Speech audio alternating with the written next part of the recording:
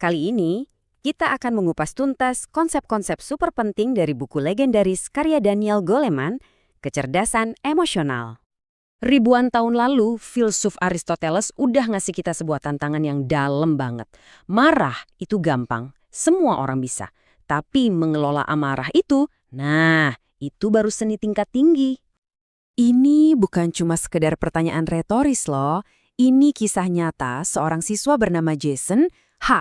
Otaknya cemerlang, nilainya sempurna, tapi satu momen kegagalan emosi menghancurkan segalanya. Nah, paradoks inilah pintar secara akademis tapi gagal total secara emosional yang menjadi inti dari pembahasan Daniel Goleman. Ada jenis kecerdasan lain yang sering kita lupakan, yaitu kecerdasan emosional. Oke, biar lebih terstruktur, ini dia poin-poin utama yang akan kita bedah bersama. Pertama-tama, yuk kita bongkar dulu satu mitos besar, bahwa IQ adalah penentu utama kesuksesan. Goleman menunjukkan banyak sekali bukti, dari kasus Jason tadi sampai penelitian terhadap para juara kelas yang ternyata hidupnya biasa-biasa aja bertahun-tahun kemudian. Pesannya jelas banget, kecerdasan intelektual itu bisa jadi percuma kalau emosi kita berantakan dan mengambil alih kendali. Jadi, kalau bukan IQ, lalu apa dong faktor penentunya? Nah, Goleman membaginya menjadi 5 keterampilan inti yang membentuk kecerdasan emosional. 5 pilar ini saling membangun loh. Pertama, kita harus bisa kenali emosi diri sendiri. Sadar, oh saya lagi marah, oh saya lagi sedih. Kedua, setelah sadar, kita belajar untuk kelola emosi itu. Ketiga, kita pakai emosi itu untuk motivasi diri mencapai tujuan. Nah, setelah urusan internal beres, baru kita lihat keluar. Keempat, kenali emosi orang lain atau empati. Dan yang terakhir, tangani hubungan dengan baik. Oke, kita mulai dari fondasinya. Pilar pertama dan yang paling penting, kesadaran diri. Ada sebuah cerita Zen yang keren banget. Seorang samurai datang ke seorang guru menuntut penjelasan tentang surga dan neraka. Gurunya malah mengejek dia. Samurai itu murka, langsung cabut pedang. Tepat di saat itu, si guru bilang, "Nah, itu adalah neraka." Samurai itu kaget. Dia sadar amarahnya udah menguasai dirinya. Dia pun memasukkan pedangnya lagi dan membungkuk hormat. Si guru tersenyum. Dan yang barusan itu adalah surga. Inilah inti kesadaran diri. Mengenali sebuah perasaan saat perasaan itu datang tanpa harus tenggelam di dalamnya. Oke, setelah kita bisa sadar sama emosi kita, langkah berikutnya adalah belajar untuk mengendalikannya. Bukan ditekan ya, tapi dikelola. Dan bahkan, kita bisa memanfaatkannya sebagai sumber motivasi. Percaya atau enggak, ada sebuah eksperimen klasik yang dikenal sebagai tes marshmallow yang jawabannya bakal bikin kita semua tercengang.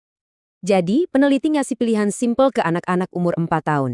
Kamu bisa makan 1 marshmallow sekarang, atau kalau kamu sabar nunggu sebentar, nanti kamu dapat 2. Hasilnya sangat kontras. Ada yang langsung makan, ada yang rela menunggu.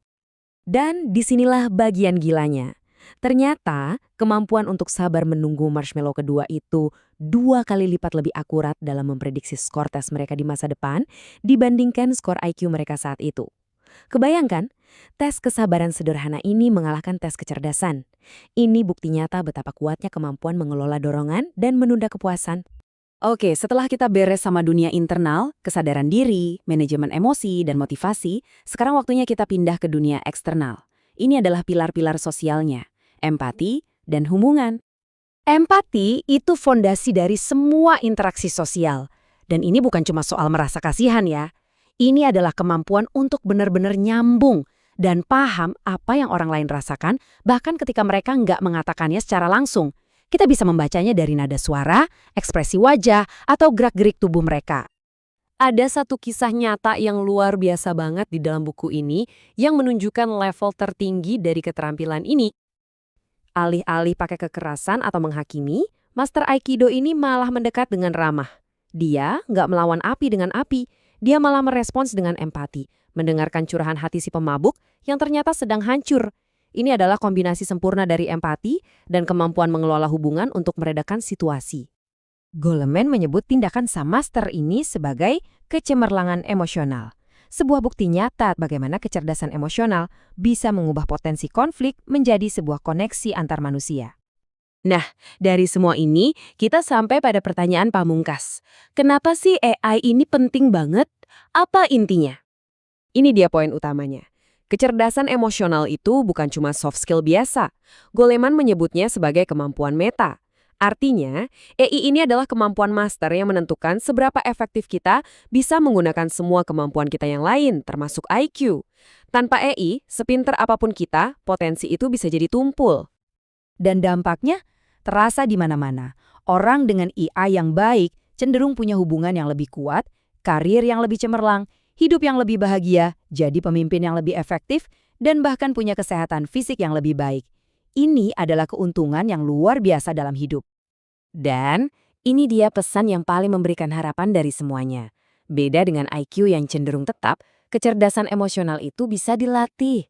Otak kita itu sangat plastis. Artinya, kelemahan kita dalam mengelola emosi, entah itu gampang marah atau kurang peka, semuanya bisa diperbaiki. Kita semua bisa belajar untuk jadi lebih baik. Jadi pembahasan kita kali ini akan saya tutup dengan satu pertanyaan, bukan untuk saya jawab, tapi untuk Anda renungkan. Setelah tahu bahwa semua ini bisa dipelajari, keterampilan emosional mana yang akan Anda mulai latih hari ini?